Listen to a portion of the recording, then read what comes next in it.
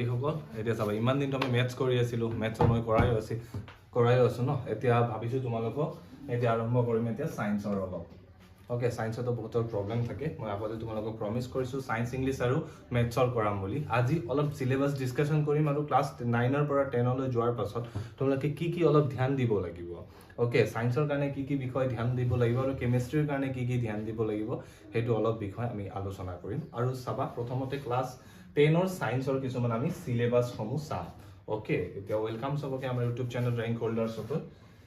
মই তোমালোকৰ হিচাপ দাস তোমালোকে সকলোটো জানাই এতিয়া অলপ চাবা এতিয়া চাবা চিলেবাছ হ'ল এইটো আমাৰ ইয়াতে টোটাল 16 চেপ্টাৰ আছে কিমান 16 চেপ্টাৰ আছে ওকে ইয়াৰ ভিতৰত 5টা চেপ্টাৰ আমাৰ 5টা চেপ্টাৰ হ'ল কেমিষ্ট্ৰি চেপ্টাৰ 5টা কি আছে কেমিষ্ট্ৰি 5টা আছে কেমিষ্ট্ৰি চেপ্টাৰ এতিয়া আমাৰ ইয়াত কি আছে 1 2 3 4 life process control and coordination how to do organism reproduce and heredity and environment evolution এইটো কি আছে এইটো আছে আমাৰ বায়ো এইটো আমাৰ বায়ো এতিয়া আমাৰ কেমিষ্ট্ৰি কি আছে chemical reaction and equation acid base and salt metal and non metal carbon and its compound আৰু periodic classification of elements এটো চেঞ্জ হোৱা নাই আগত যেটো চেঞ্জ হৈ গৈছিল এটাটো কোনো চেঞ্জ নাই তোমালোকৰ সায়েন্সত মেথছতে অলপ কিছুমান চেঞ্জ হৈ গৈছে আৰু আপডেট কৰিছে মডিফাই কৰিছে এতিয়া চাবা তোমালোকৰ কেমিষ্ট্ৰিত আছে 5টা চেপ্টাৰ কেমিষ্ট্ৰিত আছে কিমান 5টা চেপ্টাৰ বায়োত আছে কিমান 4টা চেপ্টাৰ ওকে আৰু চাবা ইয়াত আছে কিমান আমাৰ ফিজিক্স ইয়াত ফিজিক্সত আছে 1 2 3 4 5 ফিজিক্সত আছে কিমান 5টা চেপ্টাৰ ফিজিক্সত আছে কিমান 5টা চেপ্টাৰ ওকে ফিজিক্সত কি আছে চাবা এটা light reflection and refraction okay আৰু তাৰ পাছত আছে human eye and colourful world এটো বহুত ইম্পৰ্টেন্ট হয় তাৰ পাছত আছে তোমালোকৰ ইলেক্ট্ৰিসিটি আৰু আছে magnetic field of electric current source of energy আৰু আৱাৰ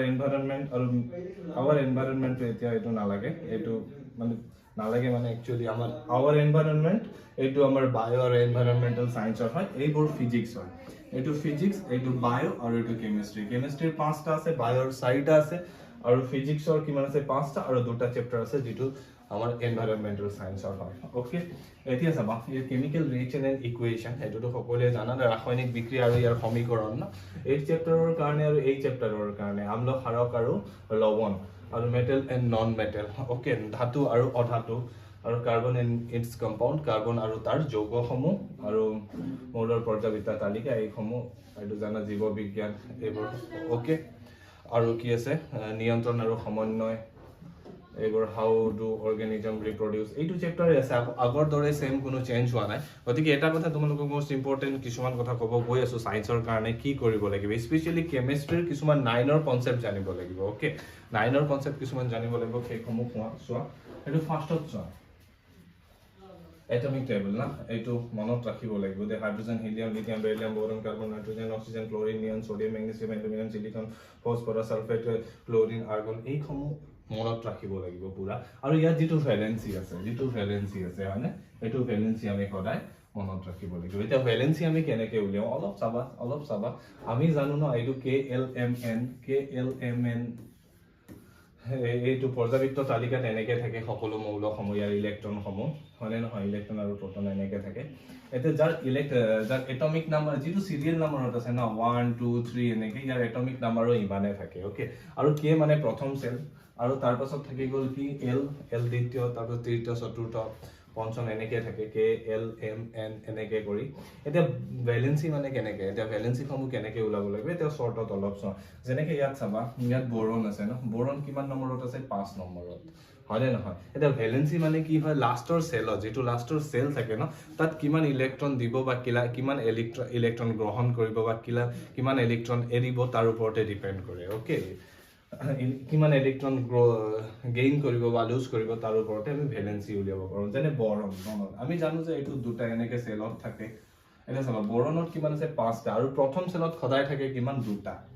প্ৰথম সেলত কিমানটা থাকে প্ৰথম সেলত সদায় কিমানটা থাকে চাবা এটা কথা মনত ৰাখিবা প্ৰথম সেলত সদায় থাকে দুটা এতে কিমান বাচিলে এটো পাছত যেতে ক্লাস স্টার্ট কৰিম তেতে মই এটো ভালকে এক্সপ্লেনেশন কৰিম এটো তাৰ পাছত গম পাবা এটা প্ৰথম দুটা তাৰ পাছত বাচি গল কিমান তিনটা ওকে এতিয়া সদায় জানিবা লাস্ট সেলত সদায় আমি কি কৰিব লাগিব কিমান লাগে আমাক 8টা ইলেক্ট্ৰন কিমানটা লাগে 8টা ইলেক্ট্ৰন ইয়াৰ লগত আছে 3টা এতিয়া 8টা কৰিবৰ কাৰণে কি বেলেগৰ পৰা 5টা লবনে 3টা এৰি দিব ই কি কৰিব 3টা বেলেগক দিব বা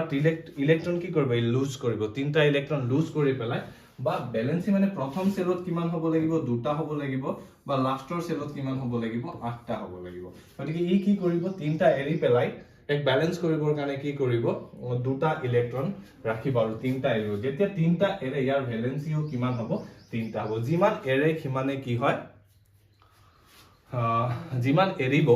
কিমানে তাৰ ভ্যালেন্সি হ'ব আৰু বা যিমান গ্ৰহণ কৰে কিমানে তাৰ ভ্যালেন্সি হ'ব যেনেকৈ চাবা ইয়াত থাকিব অক্সিজেন হয় না এটা অক্সিজেনৰ কিমান আছে 8 এটা অক্সিজেনৰ কিমান আছে 8 এটা অক্সিজেনৰ ভ্যালেন্সি কিমান ওলাম চাবা 8 মানে প্ৰথমটো সেলত কিমান থাকিব দুটা তাৰ পিছত কিমানটা থাকিব 1 2 3 4 5 6 এতিয়া বাহিৰৰ সেলত আছে 6টা এতিয়া কিমানটা লাগিব 8টা কৰিবৰ কাৰণে ই কি কৰিব দুটা বেলেগৰ পৰা গ্ৰহণ কৰিব কি কৰিব গ্ৰহণ কৰিব ওকে মানে গেইন কৰিব বেলেগৰ পৰা ওকে কিমান দুটা ইলেক্ট্ৰন কি কৰিব বেলেগৰ পৰা উধাৰ লব বাকি লব ওকে বাকি লব দুটা গতিকে ইয়াৰ কি হ'ব ইয়াৰ ভ্যালেন্সিটো 2 হ'ব ওকে এতিয়া চাবা আমি কেনেকৈ গম পাম ইয়াৰ যেনেকৈ লাষ্টৰ সেলত কে সেলত কিমান থাকিব এল সেলত কিমান থাকিব এম সেলত কিমান থাকিব এন সেলত কিমান থাকিব ওকে এটা সব সিম্পলি কি থাকিব 2 n to the power n okay যদি প্ৰথম সেলত কিমান থাকে সোৱা 2 into 1 to the power 1 মানে 2 প্ৰথম সেলত থাকিব দুটা এতিয়া সেকেন্ড সেলত কিমান থাকিব 2n to the power n মানে কিমান হ'ব 2 পূৰণ 2 স্কয়াৰ তো 2 পূৰণ 4 কিমান হ'ব 8 হ'ব ওকে এতিয়া 3 নম্বৰ সেলত কিমান থাকিব সোৱা 3 নম্বৰ সেলত কিমান থাকিব এটা থাৰ্ড সেলত কি থাকিব থাৰ্ড সেলত কি থাকিব 2n to the power 2 no এটা 2n মানে 3 স্কয়াৰ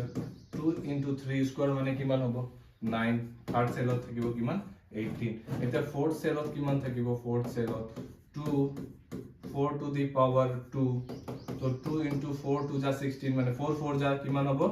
16 মানে 16 4 4 গুণ 16 2 4 স্কয়ার মানে 16 মানে কিমান হ'ব 32টা এনেকৈ আমি গম পাম যে কোনটো সেলত কি থাকিব এইটো মই প্ৰথম চেপ্টাৰত তোমাক লোকক বুজাম এতিয়া তোমালোকে ইয়াত কি পঢ়িব লাগিব সেইটো অলপ বুজাই আছো এতিয়া সাবা সেকেন্ড মোস্ট ইম্পৰ্টেন্ট ইজ এটা name and symbol of the some ions এইবোৰ বস্তু তোমালোকে অলপ ভালকে মুখস্থ কৰিবা যেটো ক্লাস 9ত তোমালোকৰ অলৰেডি দিয়া আছে ওকে গতিকে এইটো তোমালোকৰ কাৰণে ইম্পৰ্টেন্ট হয় আমি পৰখিৰ পৰা তোমালোকৰ আজি কিমানে 7 তাৰিখৰ পৰা তোমালোকৰ সায়েন্সৰ ক্লাস আমি আৰম্ভ কৰিব গৈ আছো ওকে ধন্যবাদ